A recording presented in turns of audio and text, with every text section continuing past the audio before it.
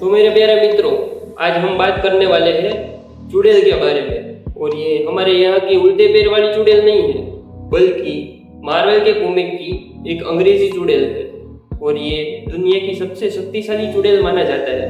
तो चलिए जानते हैं इस विच के बारे में थोड़ा विस्तार से, जिसका नाम है अगाथा हार्कनेस। लेकिन इससे पहले कि हम आगे बढ़े, स्वागत है मेरे प्यारे बंधुओं हमारी इस YouTube चैनल पर।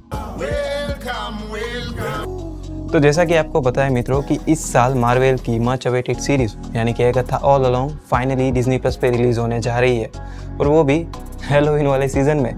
तो इस वीडियो में हम अगाथा हार्कनेस के कैरेक्टर के अलावा हम अगाथा ऑल अलोंग के टीजर के बारे में भी थोड़ी बहुत चर्चा करने वाले हैं। तो एंड तक जरूर बने रहना, आपको इस वीडियो में बहुत मजा आएगा। अगाथा हार्कनेस 1600 की साल में सलेम मैसाचुसेट्स में पली बड़ी थी, जहां पर सलेम विच ट्रायल के दौरान वो अपनी संस्था में काला जादू करते हुए पकड़ी गई थी। इस कैरेक्टर का कॉमिक डेब्यू 1970 के फैंटास्टिक फोर में हुआ था।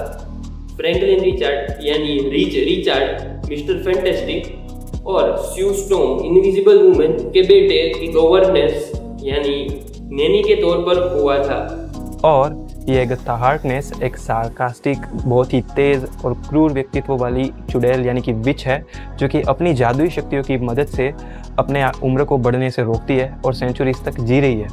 और जैसा कि हमने वांडाविजन टीवी सीरीज में देखा कि अगाथा वेस्ट व्यू में रह रही होती है, और वो वांडा के जादुई विसंगीत से बनी black and white sitcom universe, जिसको 1950s के स्टाइल में सेट किया गया होता है, तो वो वहाँ पर एग्नेस नाम की एक पड़ोसी बनकर रह रही होती है।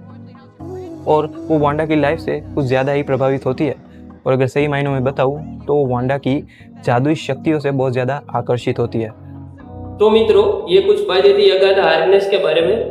तो चलिए जानते हैं मार्वल के अगाथा ऑल अलोंग के बारे में।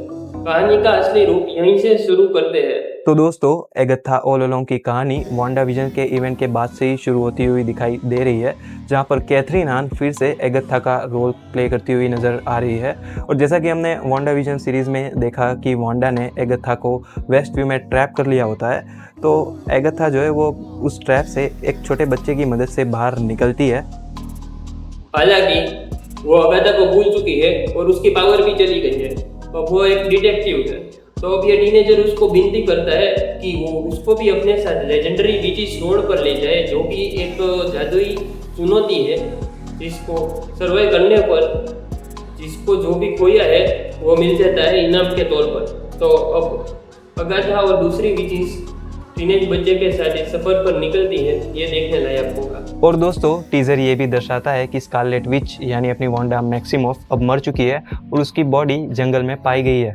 लेकिन साथ में टीजर हमें कुछ और भी हिंट्स देता है, जैसे कि अगाथा अपनी पावर्स को वापस पाने के लिए किसी भी हद तक जाने के लिए तैयार है। तो ये एक पॉसिबिलिटी है कि स्कारलेट विच यानी अपनी वांडा मैक्सिमोफ फिर से जिंदा हो सकती है।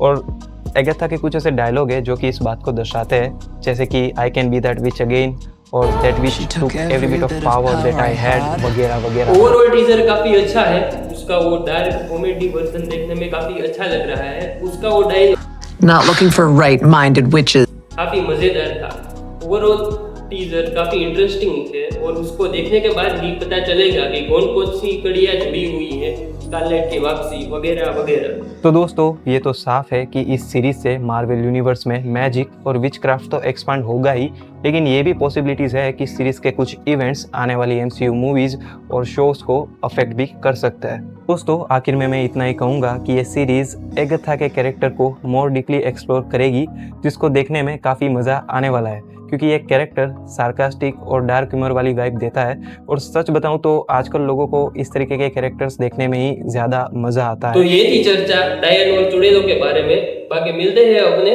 नेक्स्ट एपिसोड में।